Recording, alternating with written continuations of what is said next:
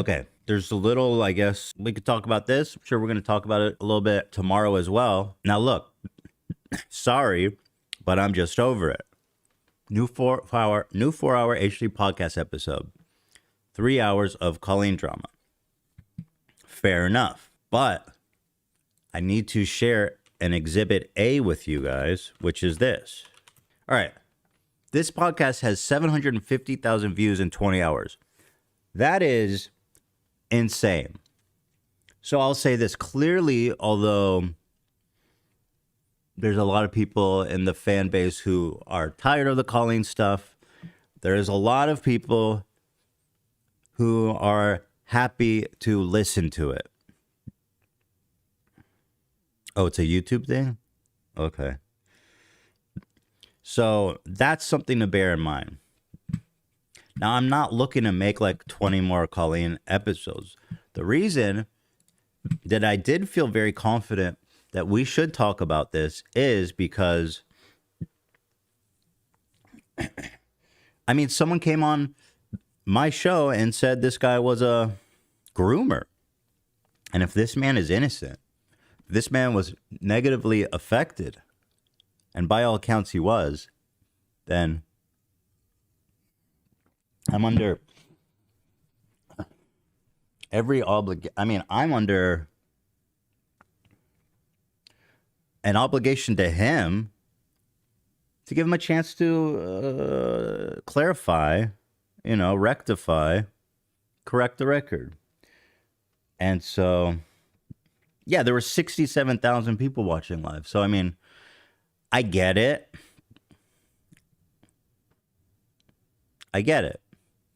It's kind of, I guess, not for everybody. It's for a lot of people. I guess you either love it or you hate it. I don't know. That being said, I personally love talking about this shit. Now, I don't know. I just, I live for this shit. I'm a catty bitch. Did it need to be 3 hours long? Dude, I didn't even mean for it to be that long. Literally, like, we just started and then the show ended.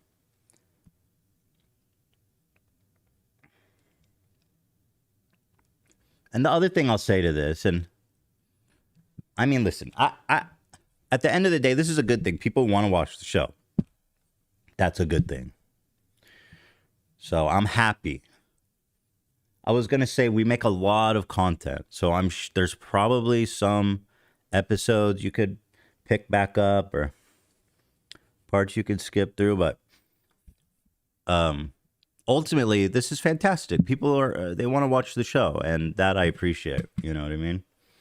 Should I go into the comments? Oh, brother, here we go.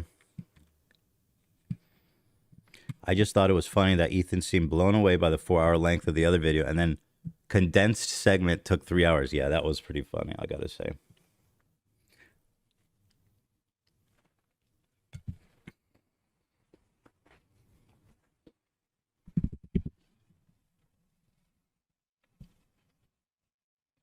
That's my post cosmetics said. You're banned. Ban him. No complaining.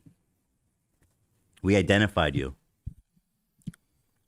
I'm going to put a flare on your arm that says no complaining.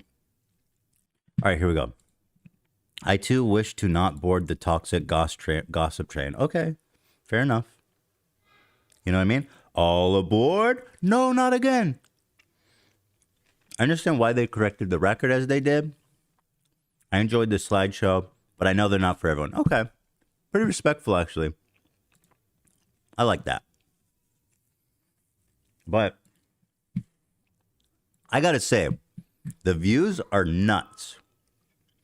Like, no matter how you feel about it, you gotta kind of acknowledge that there's so much interest in this story. I hate that the hate for the drama falls back on Olivia. Really? I hope it doesn't, because I'm the one that decides what goes on the show. So you guys know. This isn't anything, this has nothing to do with her. She's doing it because I thought it would be good for the show. And she did a great job, as usual. I'm all aboard the Olivia train. All aboard the Olivia train.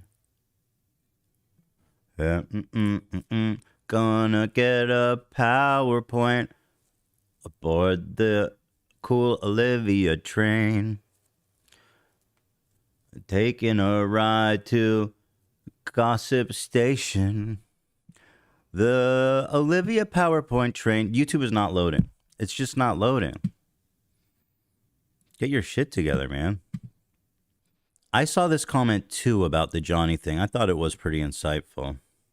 I feel like Johnny and Adam's stories are polar opposites because so much of what Johnny complained about Josh not doing is something Colleen actually did for Adam, to Adam. Colleen sent Adam lingerie and Corey manipulated him into modeling the lingerie online. An overly intimate and personal sexual connotation. Meanwhile, Johnny complains that Josh only gave him a ball of duct tape, implying that this was a disappointingly impersonal gift. Colleen emotionally relied on Adam, overshared intimate details with him, used him as a confidant. Meanwhile, Johnny is disappointed that Josh barely ever talked to him. Colleen specifically invited Adam to her shows and encouraged him to come with the promise of a one-on-one hangout and personal interactions. Meanwhile, Johnny invited himself to Josh's shows and traveled long distances to see him, then got mad that Josh didn't personally come and pick him up from far away. Colleen purposely tried to exclude Adam's parents from the interaction. True, she did do that. Pointing out that Adam's parents would likely find the relationship inappropriate and seemed disappointed that Adam's parents accompanied him when they were supposed to meet up. Whereas Johnny seems to have been careful to include Johnny's parents. Josh was careful to include Johnny's parents as much as possible. And most of the intimate interactions Johnny has described actually involve his parents being present the whole time. Adam is uncomfortable with that as a child. During his preteens and teenage years, he was manipulated into an extremely emotionally intimate friendship with a 30-plus-year-old woman who sexualized him and discussed inappropriate topics with him and other kids, meanwhile exploiting him for free labor. Johnny, by contrast, seems overall angry that he never got the intimate connection he actually wanted with Josh, as Josh appears to have set far better boundaries regarding the appropriateness of their interaction and held Johnny at arm's length. You know, we're all speculating. Who knows why this guy did what he did? So weird. Like, why would you want to insert yourself into this, man? Put yourself out there. And you know the internet's crazy. Like, the internet always finds out. Right? When has the internet not found out?